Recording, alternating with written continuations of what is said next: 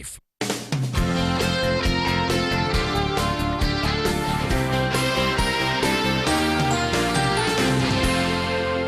You're watching Morning at NTV. Welcome back to Morning at NTV, and thank you, Ivan Walanyolo, for that, political debate. That's what we need in Uganda's political realm. We need to be sharing ideas, not sharing money. Remember, if that politician gives you 50 to 100,000 Uganda shillings, they will disappear if they enter parliament, and then you will see them in the next election cycle. So as it is, if a politician comes to your jurisdiction, ask them what they're willing to do for you, yes, in exchange for your vote. I'm talking about other factors. Health-wise, the education, what are they bringing to the education sector, the health sector? Are they going to offer universal basic income in that regard? Are they going to offer universal health coverage in that regard? But not 50, not 100 Uganda shillings. You're going to eat that money within 1 week. Within 2 weeks, that money will be done, and this politician will be nowhere to be seen when you need them the most. So as it is, ask for things that are in the long term. My name is Romeo Busika, and of course, you're watching Morning at NTV. We are veering into another contentious conversation, the electoral period. We've entered the 5th election campaign week, yes, we are, which is also stretching up to January 12th, and on January 14th we shall be having the national election. So as it is, yes, last week we saw the NUP, that is the National Unity Platform presidential candidate Robert Kyagulanyi, call off his campaigns in the name of police brutality, which is being meted out on him and his opposition loyalists. But then later on we saw him trying to meet the Electoral Commission officials and trying to iron out some of those issues. So we are here with the Secretary General National Unity Platform Party, that is Mr. David Louis Rubongoya, to help us ascertain whether or not that meeting yielded any fruit. And with him in studio is Morrison Rwakakamba, the founding Chief Executive Officer for the Agency for Transformation. Both gentlemen join me right now. A very good morning. Good morning to you. David Louis Rubongoya, let's start with that issue last week. The EC met Robert Kyagulanyi, the National Unity Platform presidential candidate, to iron out some of the issues to do with police brutality, and also to give him more time because he was spending much of his time in jail. So he was saying, can you add some more time onto my presidential campaign trail so that I could disseminate more of these messages to the populace? How far with that conversation? Do you think it yielded any fruit? A good morning to you, and a good morning to the viewers once again. The conversation we had at the Electoral Commission, like we said, it was essentially about being on the record. Okay. We wanted to put our issues on record so that nobody does not say in future that all these things happened to us and we did not complain. What were some of those issues? Of course, I mean, everyone in Uganda knows the kind of unfairness that we have endured. Almost everywhere we go, we are met with extreme police brutality. Our people are arrested. You don't meet a police ready to regulate your meeting, but you just meet a police ready to crash your meeting. In some cases, as you've seen, the Honorable Kyagulanyi has been chased off radio stations. He has been denied access to accommodation in several places. The police the police and the military have taken it upon themselves to determine where he passes. They don't allow him to use main roads in most of the cases. They will take him into these feeder roads, very terrible roads, and then eventually bring him to the venue when it's already past time, because sometimes, you're supposed to use about 15 minutes to reach the venue, and then you have to take up to an hour. And then when you reach the venue, they say, oh, it's already 6 p.m., so you cannot campaign. Of course, related to that, there was an issue of the military involvement in electoral processes, which the Supreme Court of this country has castigated several times in all these election petitions. But we've seen it, and if you see every picture where we are, probably you'll see a lot more UPDF than even the police. And we wanted to put this on record again to say it shouldn't be a war situation. If you look at where we go, it's as if we are going for war instead of going for campaigns. It seems like you're not going to get any help on that, Mr. Rubongoya, because the EC chairman, Simon Byabakama, has said it's not in his mandate to call the army off the streets. So do you think you're on your own on this one? Yeah, and like I said, we wanted to put ourselves on record. First of all, because we think that the Electoral Commission is captive, is a captive like many other institutions in this country. We believe that the Electoral Commission does not have the power to enforce some of these things. And you saw how the president talked about it leisurely when he was making reference to the visit of the Honorable Chagulanyi Electoral Commission. He said, oh, I saw Chagulanyi going to the Electoral Commission, I don't know what. So that is the way, because if you are in an election, the Electoral Commission is the arbiter. The Electoral Commission should be the arbiter. The Electoral Commission should be able to call anyone to order. Because under our Constitution, it is a mandate of the Electoral Commission to manage elections. So if we are going everywhere and you are being told that, you know, we are crashing these your meetings because of COVID regulation and all that, I'm sure NTV has been playing the images and pictures of NRM meetings everywhere. Of course, on Thursday, the State Finance, the State Minister for Microfinance, Ms. Haruna Kasolo, held a very, very huge rally. We didn't see the prevalence of police. Do you think we do pretty much have selective application of the law when it comes to implementing COVID-19 SOPs? Certainly, and it's very, very clear that this government does not care even one bit about COVID-19. It's not about COVID-19 completely. Because if it was about COVID-19, we went to Kitgum. The RDC said, you know, you will not do any meeting here in my district. That's what he called it. The following day, NRM was there. They were having rallies on the streets under the guard and watch of the military and the police. So how do you call that? Then they come up and say COVID. So in their calculation or in their estimation, COVID is only real in the context of opposition, but not in the context of NRM. You saw what was happening in Kamuli yesterday. So you want the army to get off of the streets. You want more time to be accorded to Chagulanyi because he spent more time incarcerated in jail. What else?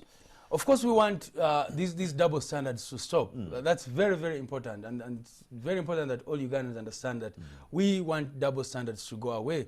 Because if we're in an election season and it's a competition, and then one camp is allowed to do rallies and processions and all that, and another is hounded everywhere they go. So we want that to stop. We want the police brutality to stop. We want a free and fair election, because that's what the Constitution of this country in Article 1 guarantees or promises to this nation. We want a level playing field where we go into the field, we talk to our people, and the NRMs and other people go and talk to their people, and then on the 14th, the voters will decide. Do you think if these recommendations are not implemented, they might play negatively to your side as opposition come election day?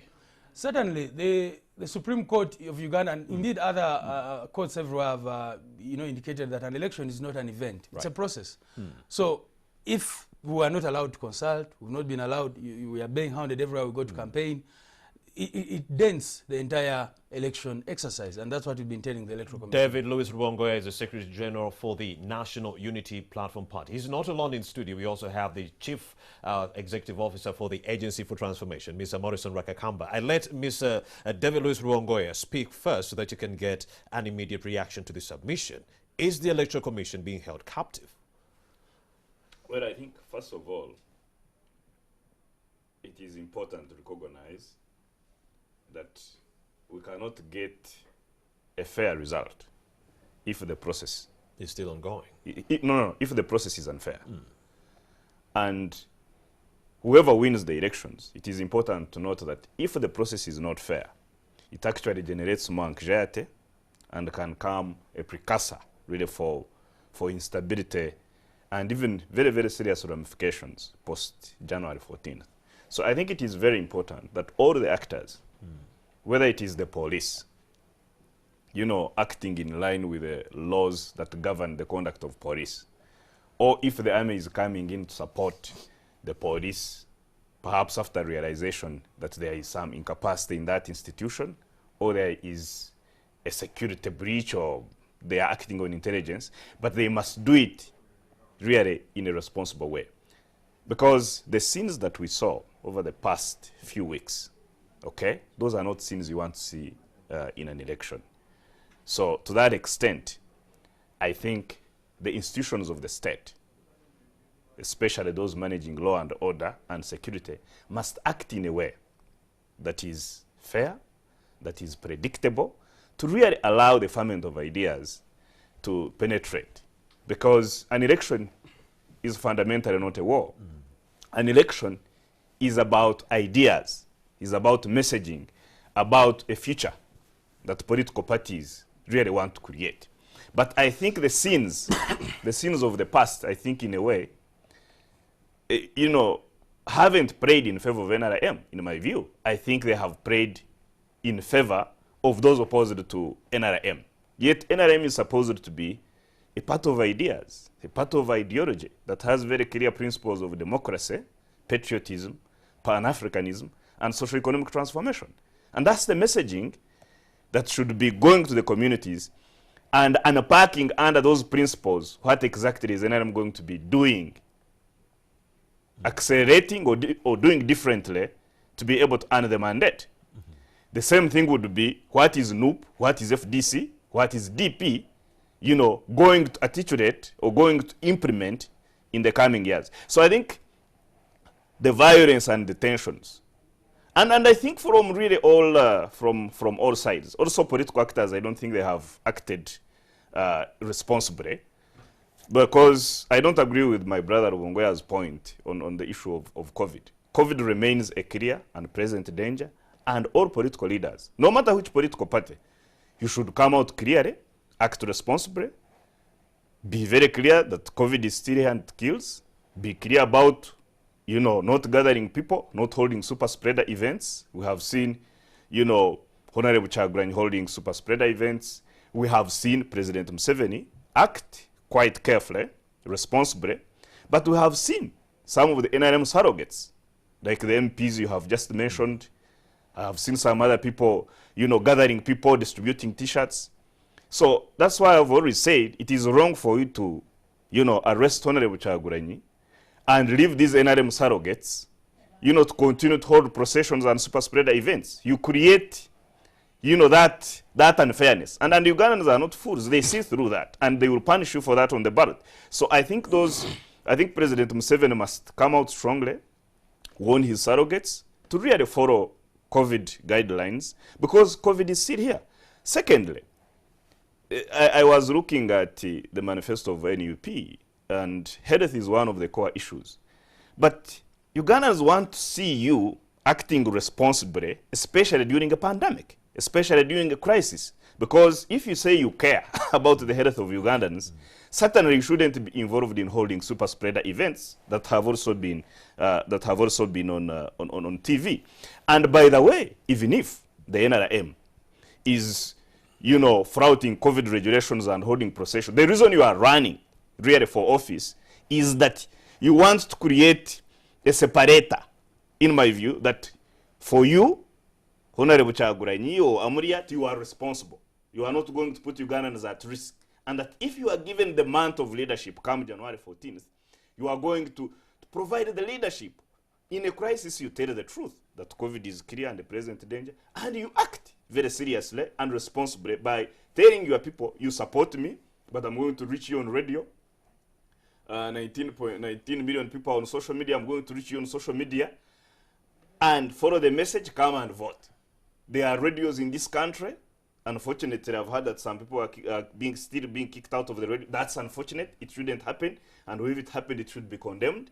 But I think it is very, very important that leaders act responsibly. Finally, on the issue of the Electoral Commission, I think the key, you remember there was this movement around the country about strengthening the Electoral Commission and making sure that, you know, it becomes much more independent to deliver on its mandate. And one of the core demands was that a justice should be appointed to lead the Electoral Commission.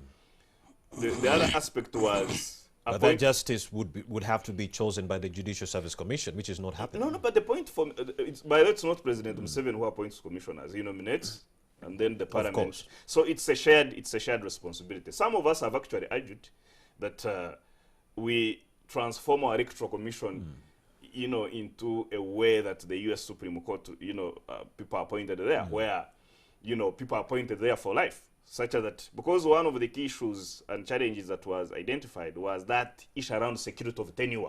Somebody goes there and is like, maybe I can be removed the next day. So I have to milk this cow. But if you're there, and of course the other aspect is the budget, to ensure that a certain proportion of the budget is dedicated to Electoral Commission, whichever government is in place or whichever parliament, that you don't have a parliament that tweaks through appropriation in terms of the budget of the Electoral Commission. So if you fix some of those things, I think we can have we can deepen the independence of the Electoral Commission. Are we perfect in terms of all these institutions? Absolutely not. Is there some level of progress happening? I think there is some level of progress going forward. some of So you think the police brutality that we are seeing now being meted onto the opposition, and the fact that we are seeing all these inconsistencies, they might all play negatively onto the side of the president on election day? I mean, absolutely, because you see, you know, the president is still a president. He's still in charge of a country that he should be experiencing law and order.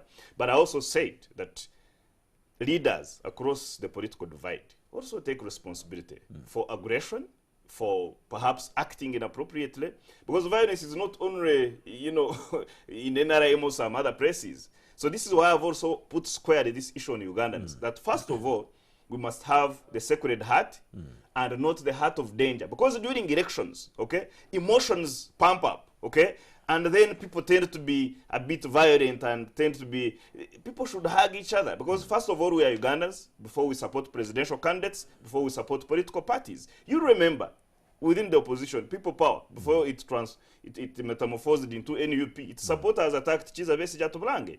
There was no NRM there.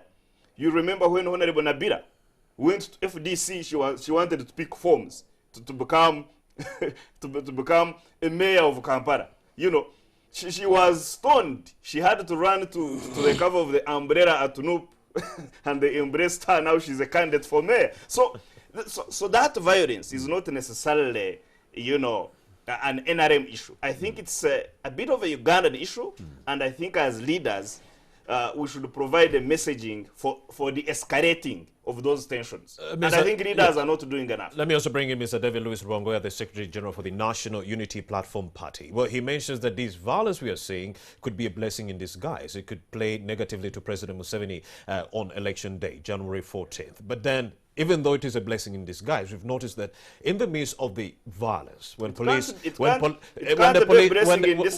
police is stopping, if President Museveni is going to lose. But if the police is stopping people in their tracks, a presidential candidate like Robert Kyagulanyi, when he's messaging to the people, do you think that this whole electoral violence has blighted the main conversation in this election, which should be the messaging from the political actors, what they intend to do for the people of Uganda?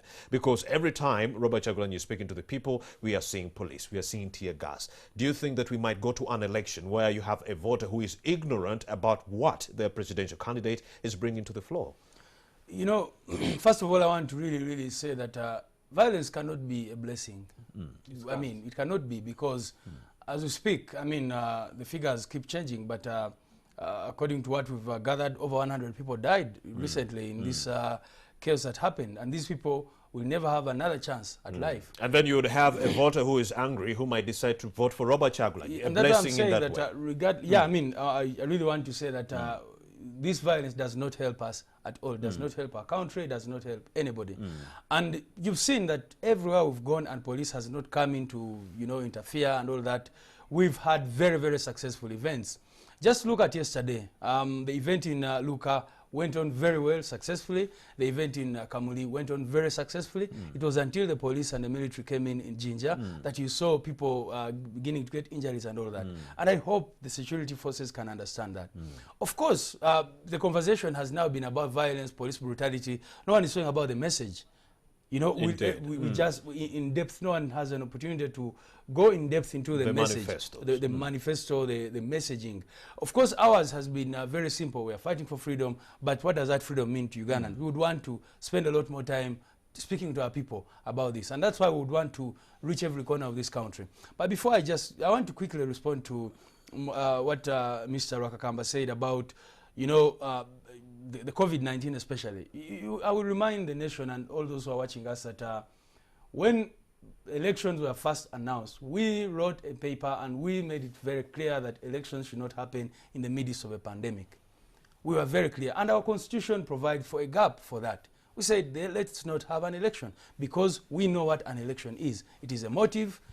Energies are up, and he talked about it. People will want to come out. There's no way Honorable Kyagulanyi will go in a place and people will not gather. That's not possible, and we've seen it. I mean, everywhere he has gone, people just come up. So we said, let there be no election. Let the election be extended, because the Constitution of Uganda provides for an opportunity for that. The government, knowing that that would disadvantage them in many ways, decided to ignore our advice and put us in this election. So it is them to blame squarely. for holding this election when they are holding it. David Lewis Rubongoya, the Secretary General for the National Unity Platform Party. At this opportune moment, I'd like to talk to my reporter, Herbert Ziwa, who is following the presidential trail of the incumbent President Yoweri Museveni to Buhaburwa. We would like to know what is happening within that jurisdiction in Mbarara. A very good morning, Mr. Herbert Ziwa. Good morning, Romeo, and the viewers wherever you're watching from. Indeed, we're here in Mbarara, and we're at the entrance of Mbarara City, and behind me is a very big poster of Yoweri Kaguta Museveni, the NRM presidential candidate. It reads the people of the leadership and the people of Mbarara City and Ankole sub-region welcomes His Excellency Yoweri Kaguta Museveni. That is a clear indication that Yoweri Museveni is starting his vote hunt in Ankole sub-region, and to be specific here in Mbarara City, where he is going to meet the leaders of Mbarara City and Mbarara district. If you've taken long without coming to Mbarara, you would say this city is on the move. New structures are coming up, new buildings are being constructed in almost all corners of the city. In the night, the city is well lit. You would see also businesses are booming. You would see people on the streets busy, people in the markets, people in shops are trying to make a living day and night. So you would say that Mbarara City is now developing. But going back into politics, if you look at the entire sub-region of Ankole, you would say it's a vote basket for NRM. Going by the 2016 election results, going by the 2011 results, and the previous elections.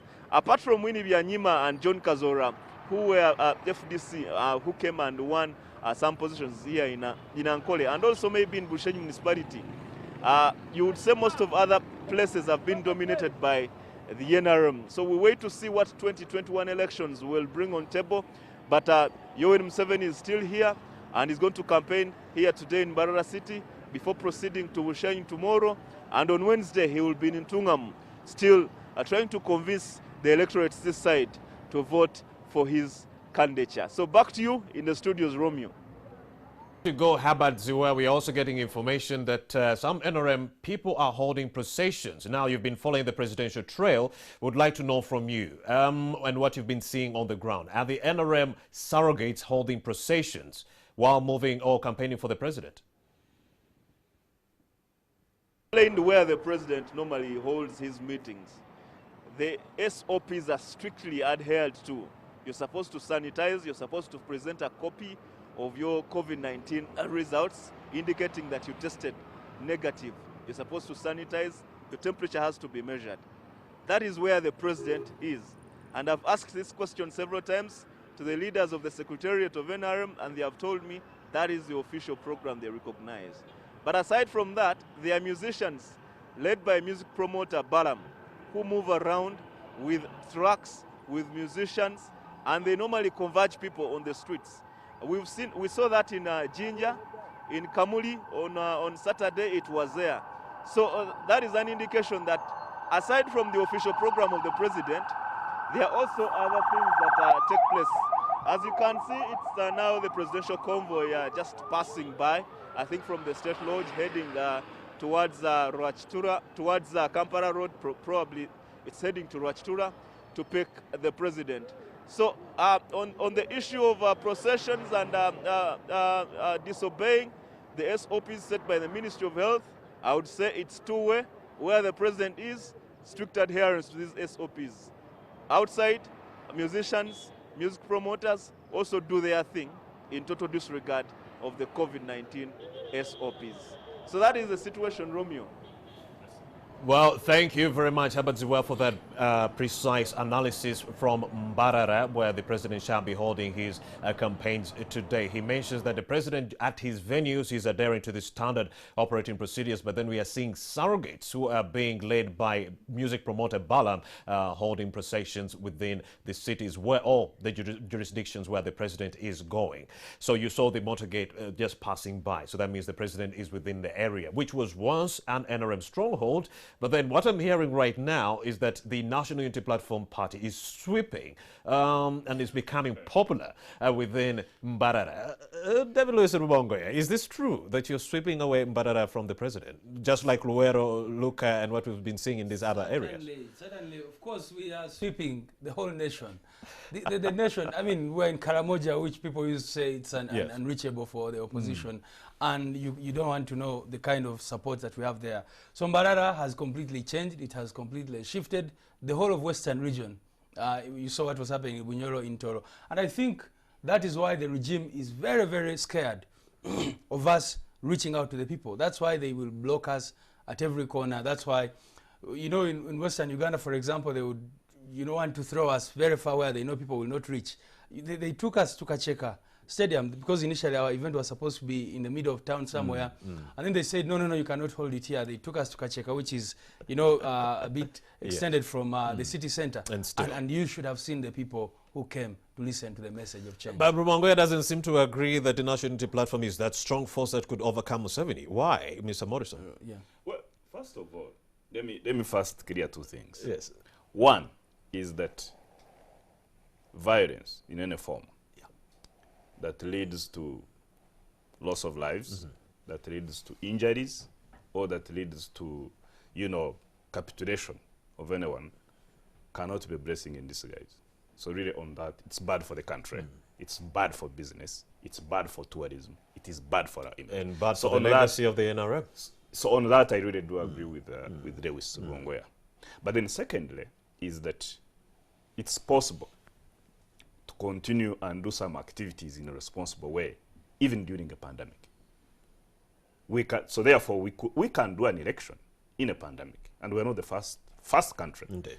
Ghana, I think today, they are voting today, or this week. In Malawi, there was a successful election that happened there. But you saw the in the United States, you know, you had one presidential candidate called Joe Biden, who was exactly holding, you know, exact campaigns like President Museveni is doing, you know, keen on the message, keen on the SOPs. But we did notice but an he uptick did not in have, the cases. for him, what is separating him at least from Museveni is that he did not have surrogates, like those ones you have mentioned, who are holding super spreader events. Yes. And I want to really emphasize that those surrogates of President Museveni who are flouting, they should be called out. And I think the police should act, you know, really in that sense. But then there is another candidate. But it seems like they are untouchables, There Mr. Morris. are other candidates. Like, Are they untouchables, They these are- NRM surrogates? It seems like if you're putting on yellow, you're free to do anything you want. my business is to call them out. My business, as a member of the NRM, is to say that Something is wrong, let's call something them is out. wrong here. Morrison It knows that should these be. are sanctioned by the NRM It should be. at highest levels. Oh no, that's conjecture. It's not. That's conjecture. But where we see a mistake, we should really call it out. And I think for you know, my brother Rubongoya and his candidate and others who are holding super spreader events, it is not okay.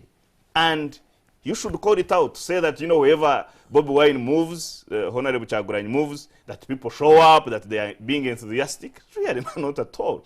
Because remember, Bobi Wine is a popular pop star. Wherever a pop star goes, you know, people show up. Yeah. Are they actually going to vote for him? Not necessarily true. When they show up, can he, in his messaging, I know he has a very beautiful song against COVID, although that's not the song they play whenever he's around. I think he should message, he should call them out and say, people, stay there. Don't come closer. Social distance.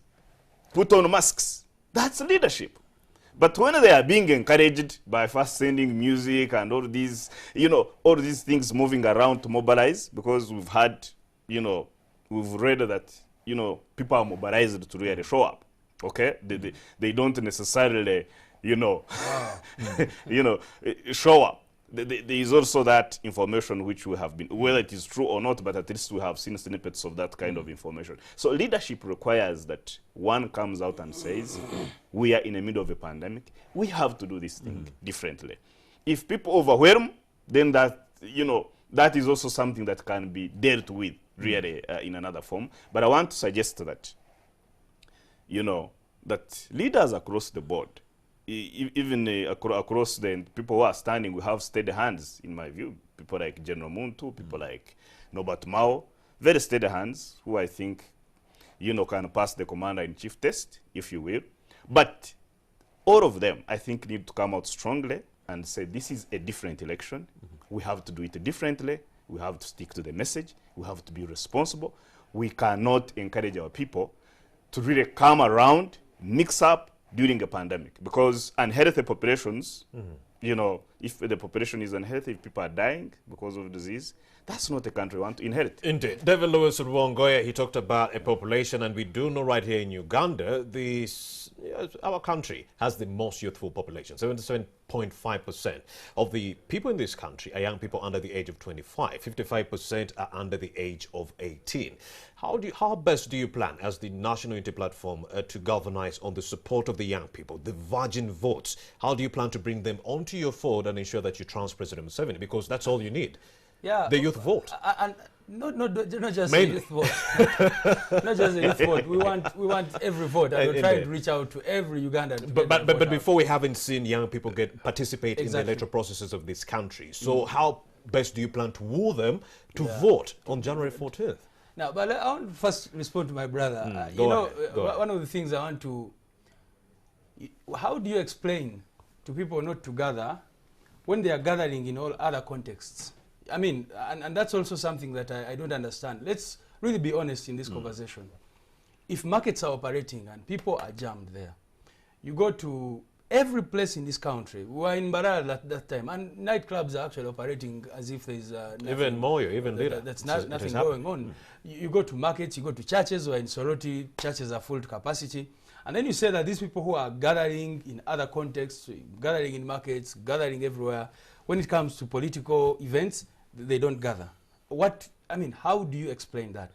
Maybe the other thing I wanted to explain... It's like you're saying COVID-19 has been politicized. It has been politicized. It has been instrumentalized. It has been weaponized. It's that the state does not really care about COVID-19. I mean, like we've been saying, previously it was a Public Order Management Act, which they were using. I will remind Morrison that when our consultations were blocked, there was no pandemic. There was no COVID-19. But we were stopped from getting everywhere. Everywhere we tried to go, Lira, we tried to go to, even here in Kasangati and other places, police tear gassed us. They blocked our meetings, claiming at the time it was because of the Public Order Management Act. Even when the laws of this country provide for consultations, even when the Electoral Commission had given us permission to go on and consult as required by the law. Right there, I don't know, whatever happened, the pandemic came in. And now the regime does not resort to Public Order Management Act anymore. They are talking about SOPs. And SOPs are only applied in the context of NUP, in the context of FDC, and other opposition parties. But I also want to probably talk about this very idea of, when Morrison says, oh, people are gathering to see a singer. This is what they were saying in Chadondo. They were here, these spin masters of the regime. They were there saying, oh, these people are gathering, just say an artist in Arua, they said the same thing. In Rukunjiri, they said the same thing. And now of course, he's taking on the top seat. And now he's taking on the top seat. I want to tell them that on the 14th of January, they will see what they've never seen before. Morrison Rakakamba, the messaging we are getting from the NRM and other security apparatus is that they are pouncing on the opposition, especially the National Unity Platform presidential candidate Robert Chagulanyi, and stopping him in his tracks because they're trying to implement the standard SOPs. Now they meet him with the full wrath of the police force. But then we saw this same situation, or the same behavior being replicated during the tenure of the retired Kano Kizza Besigye, straight from 2001 until he opted out from this presidential election. There was a lot of brutality being meted out on him. There was no COVID-19 then. So according to many of the political analysts I've been talking to, they're saying it is simply the behavior of this regime, of the apparatus, to actually consolidate the power of the NRM regime. Actually, hence pouncing on the opposition. Like no, I think the NRM is running on a very serious record, and I think nobody should, that's why I think, the violence, that's why I think the confrontation, although I attribute it across the board and to the responsibility of citizenry, it doesn't do good really for the national resistance movement, because the national resistance movement is a party of ideas, and I would want to make sure that party actors get back to a conversation of ideas. But to Rwongoya's point again, because it's not just about pushing back, the facts are very clear that the President Museveni was extremely very, very decisive when it comes to COVID-19, and that a popular, prestigious scientific journal called Lancet, which is published across the world, ranked Uganda as number 10 in terms of effectiveness and efficiency in handling the COVID, especially with those decisive action that President Museveni took. And once, if you look across the world, we have lost over 200 people.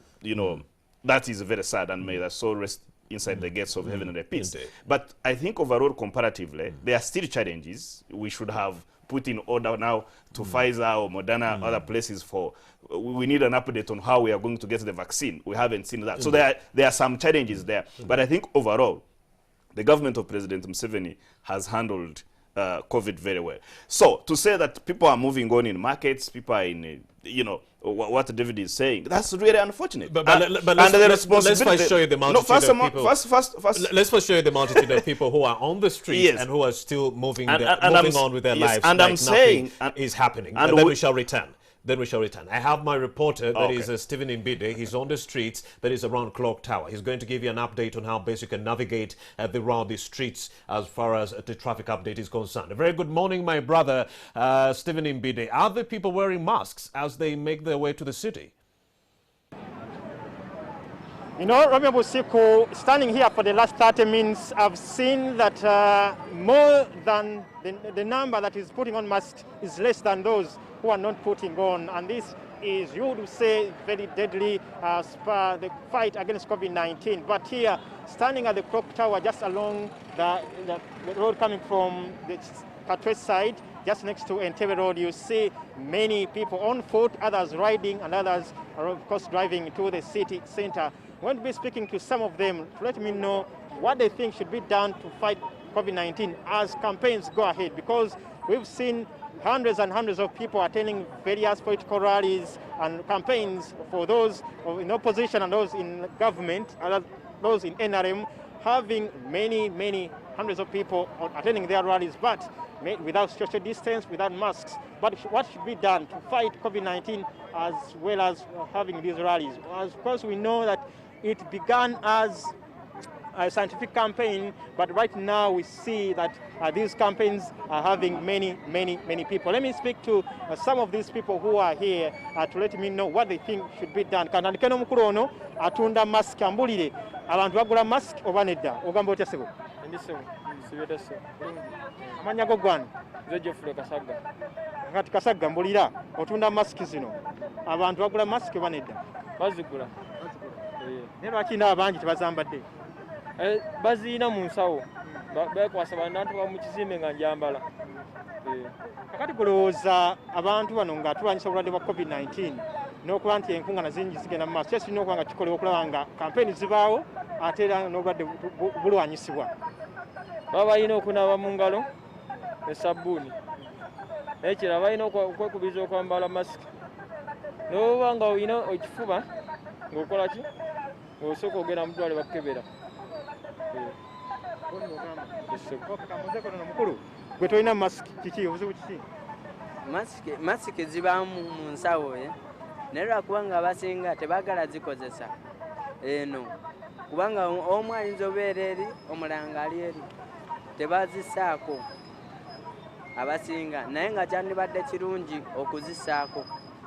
Gwe ki ekikugaana, gwe nga gwe ki ekikugaana? Tomanyi nti obulwadde gye buli? Anti kati nze tewali kiŋŋaana, naye olumu tugenda tuzeerabira ng'oli ku bwangu ogenda kukola. Kati nga ffe abajjayo abasuubula engatta abakeera okukola, okitegeera. Wabaayo bangi tetuganye, naye we mutuuka eri mwambala masiki, agyerabidde onaaba engalo, naye olina ofuba nga mwewa akabanga. Kati kisembayo ogoloza kulwanyisa COVID n'okukola campaign rallies, ki ekirina okuba nga kikolebwa? Baba balina okwewa akabanga buli mukulembeze gwe kikwatako, kubanga abamu tubala babeera kumu bonna balinganga oba buno obunyenyenkulo, ebyo ebiwuka ebingi nga byekutte wamu, kitegeera.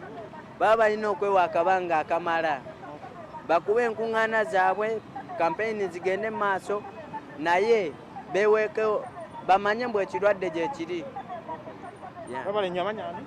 Sentongo Lawrence. Kambuuzeko ne ku maama wano yakeddeyo kubanga akola emirimu gye, ambuli maama wasuze otya? Bulungi ssebo,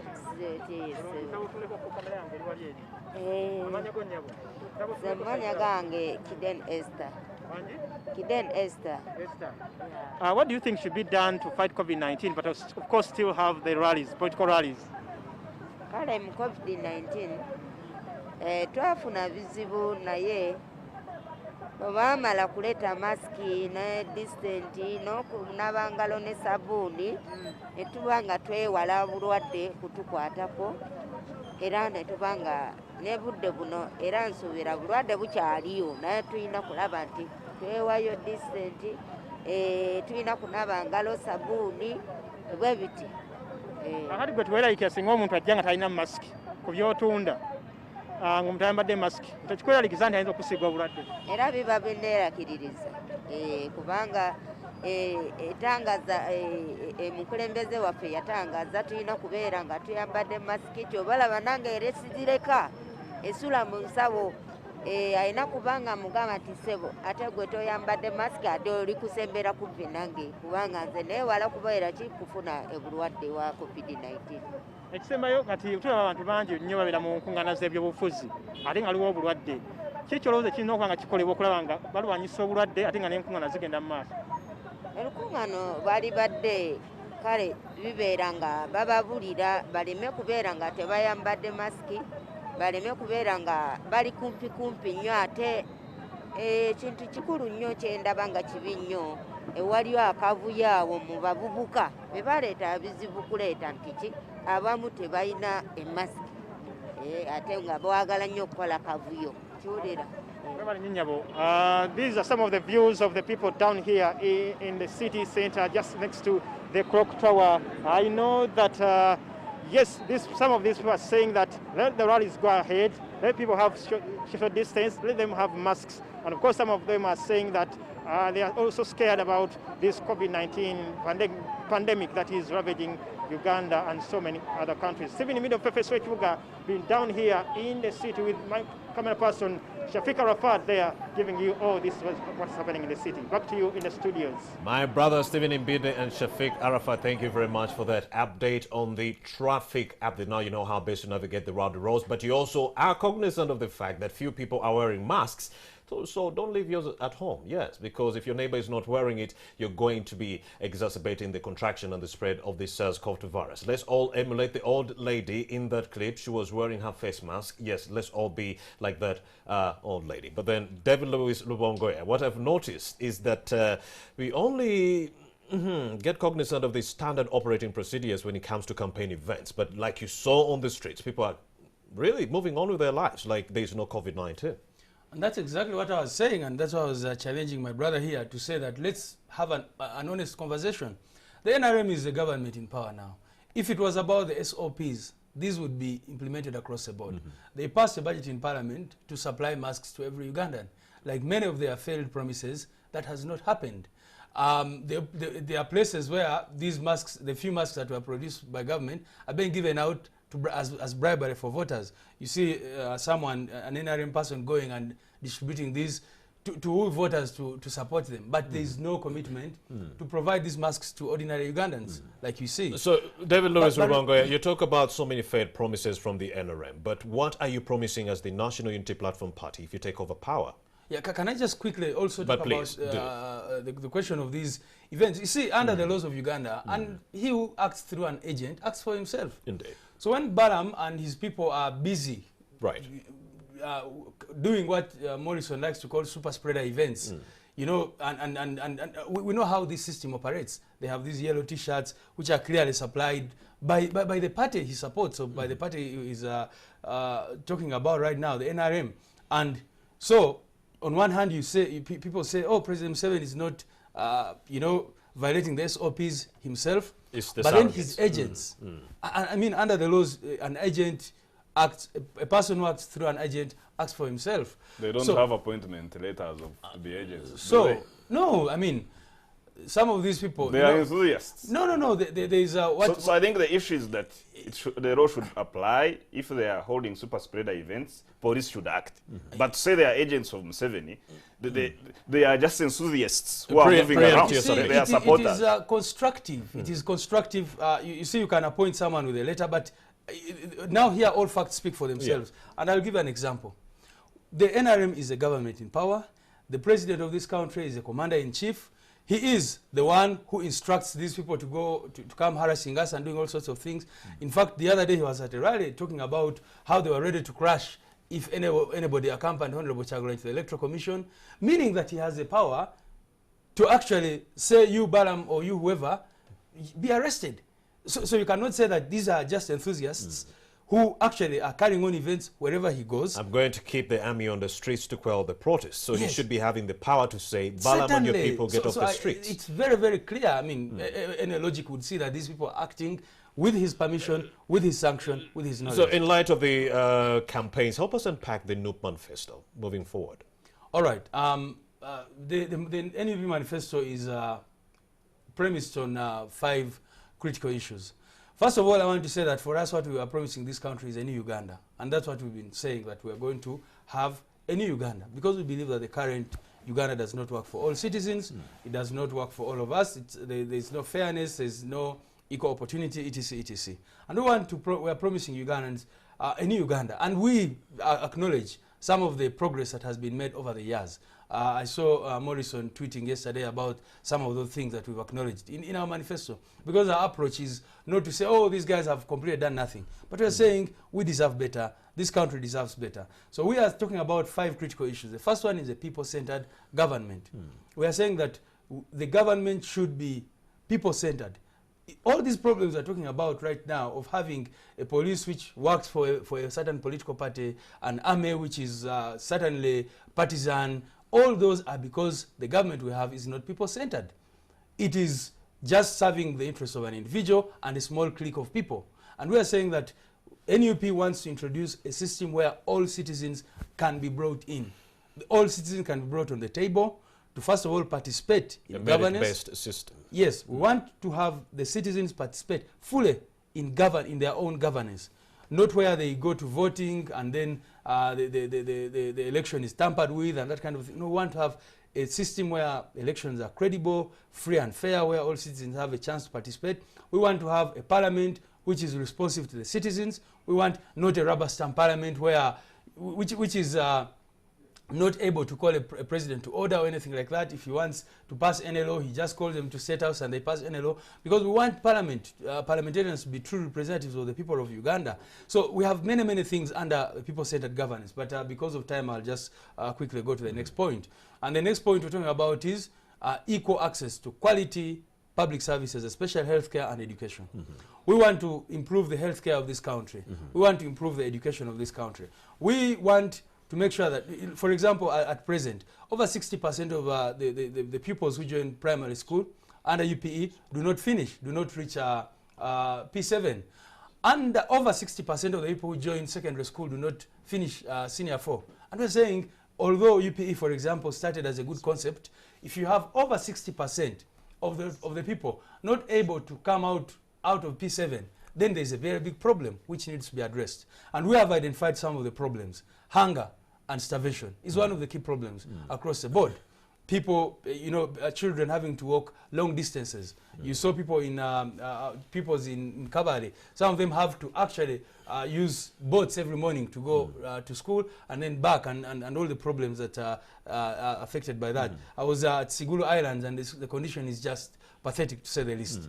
So we want to improve the healthcare, I want to improve education. Right. The third point is inclusive economic development. We want an inclusive economic development. We want, for example, the entrepreneurs in this country, the young people who are entrepreneurial, who have good ideas. We want the government to support them. Not these promises where government every day comes and promises this and promises the other. You started with Intandikwa. You think Myoga and all these other initiatives, for Youth all, Livelihood, Myoga, Youth Livelihood, all those are of course not working. And the Auditor General's reports, which we've been reading, clearly show where the problems are, and these are things we want to address. The fourth point, as I quickly run through this, land environmental protection, land, natural resources and environmental protection. The president of this country and these NRM people have come out several times to say, my oil, my this, my this. We are saying that these resources belong to the citizens of Uganda. That's at least what our constitution provides. That's what we should stand for. So, and also you've seen the rampant land evictions. We were in West Nile the other day, we were in Lango, and the land evictions, land grabbing, massive. So we're saying Ugandans must have their land protected. The final point is national security and international relations. One of the things, one of the fallacies that people talk about is to assume that security is just the absence of war. And we have made it clear that security or peace is not just the absence of war. We want to give people economic security. We want people to have social security. We want to make sure people have social protection. And of course, international relations, it goes without saying. So those are the 5 points that we are talking about. If I had more time, I would unpack each one of them. Indeed, we can always have you back, but in the interest of time, let's also engage Morrison Rakakamba, the CEO, Agency for Transformation. Now, what is the NRM banking on moving forward? What is the manifesto for the NRM? And we are also poking holes in the NUP manifesto before we started this conversation, saying there were so many socialist agendas and reforms that were in this manifesto that might never work. No, I think the key issue here, I wanted to first point that picture that you did show of a lady speaking about commitment to wearing a mask. Go ahead. I think NTV is really doing a good job, and I think responsible leaders should take cue from this lady who you just did show and really spread really this messaging about wearing masks. Indeed. But also, having said that, you know, the pop star issue. Let me first be very clear. The presidential candidate. Yes. Let me first of all be very clear that I take Honorable Kyagulanyi or Bobi Wine very seriously. But I hope these people who run to NUP or my brother are not harnessing that pop star situation in order to ride into power. The reason I say I respect Bobi Wine or Honorable Kyagulanyi is because I even, perhaps before my brother Wongoya got to know him, in 2012, created funding under Twaweza that funded Bobi Wine, that funded Theatre Factory and other groups to actually transform from singing about love to singing about social issues or service delivery. It is on record, if you're to look at that. You might not have time to unpack the NRM manifesto. Finally, I want to say that I have read the NUP manifesto very, very extensively. It points to very important social issues. That's why I call it a socialist manifesto. You know, that tackles hunger, that tackles disease, that tackles wastage, that tackles ignorance. And I think that's a very good thing. But these are things that NRM has been trying to do over the years, but there remains challenges. But, unfortunately, NUP manifesto is not talking about real jobs, is not talking about entrepreneurship in very strong terms, is also not very strong on national defense. It is talking about expenditure, expenditure, expenditure. It is not talking about where do you get the money, for example, to finance education, to finance health, to finance these other aspects. Even on agriculture, surprisingly, they are talking about really subsistence agriculture. But how are you going to create jobs if you don't do commercial? If you don't do commercial agriculture? The NRM manifesto is talking about commercial agriculture and ICTs as one of the channels where you are going to create a lot of jobs. It is even talking about recapitalizing of Uganda Development Bank to ensure that young people really get credit. President Museveni is very specific on how he's going to create jobs and inspire entrepreneurship across the country through Emioga. But the manifesto of NUP is so generalistic. Even when you hear from my brother Bongoya, he's talking about the problem this, problem that, problem this, problem that. What specific intervention are you going to partake to actually solve the problems? What is this new Uganda defined? Gentlemen, so there is no definition. There is no definition of what NUP wants to do specifically to create a new Uganda, apart from pointing out. And you see, Dr. Besigye, I think he's the most articulate and eloquent leader that the opposition has had, and he has articulated those problems. We've run out of time, gentlemen. Thank you very much for having made the time to join us. What do we do next? I'll call on you, David Louis Rubongoya, another time so that we continue with this conversation. But in the interest of time, we have Mwasu Zemutia that is coming on in the offing. But I do thank you, David Louis Rubongoya, for having come through. I do thank you, Morrison Rakakamba. We can have this conversation any other time. And to you who has been watching from 6:30 up to now, thank you very much for your humble and undeterred love and support. And also those who are celebrating their birthdays on this particular Monday, we do hope that you, as you celebrate out there, be cognizant of the fact that we do have a COVID-19 pandemic that is still rearing its ugly head. But we would like to wish you a joyous happy birthday this beautiful Monday. And the answer to our riddle, we did ask, how many sides does a circle have? How many sides does a circle have? And the answer is 2. The answer is 2.